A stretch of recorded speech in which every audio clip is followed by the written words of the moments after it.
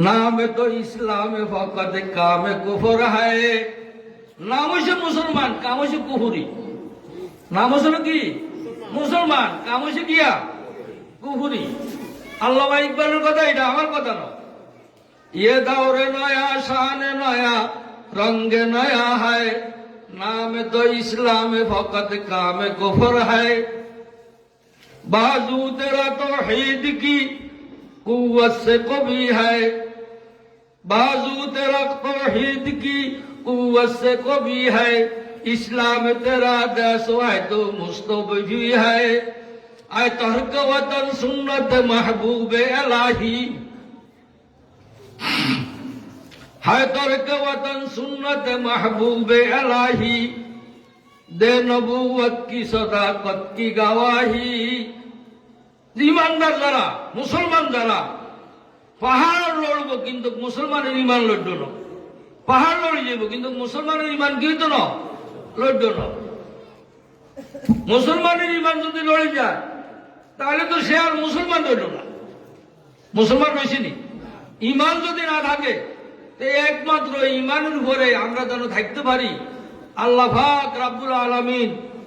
দুনিয়াতে যত মাখলুক দুনিয়াতে ফাটাইছে আমি সংক্ষেপে কথা কই শেষ করে দিয়ে দুনিয়াতে যত গাছের পাতা আছে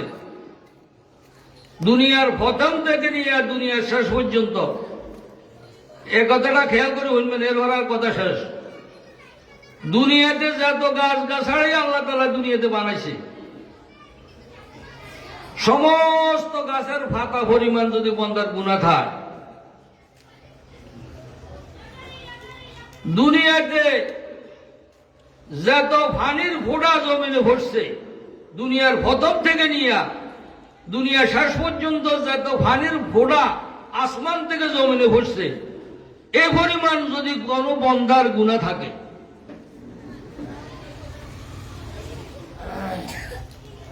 কয়টা কইছি এক নম্বরে কি কইছি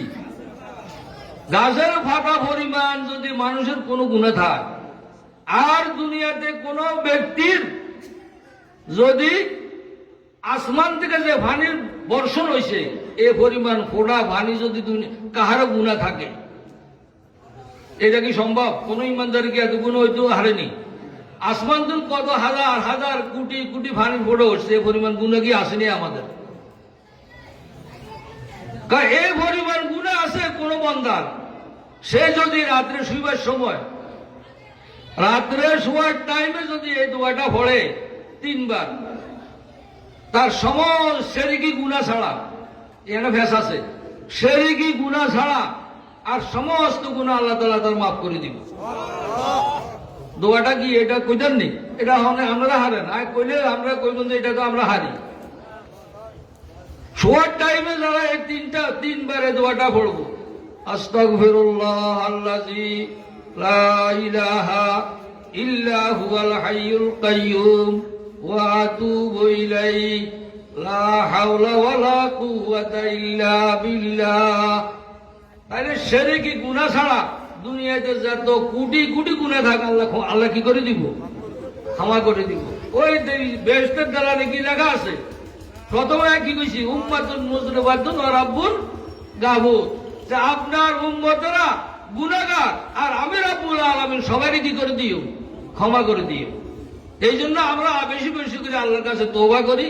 আল্লাহর কাছে কান্দাকাটি করি যারা নামাজ পড়েন না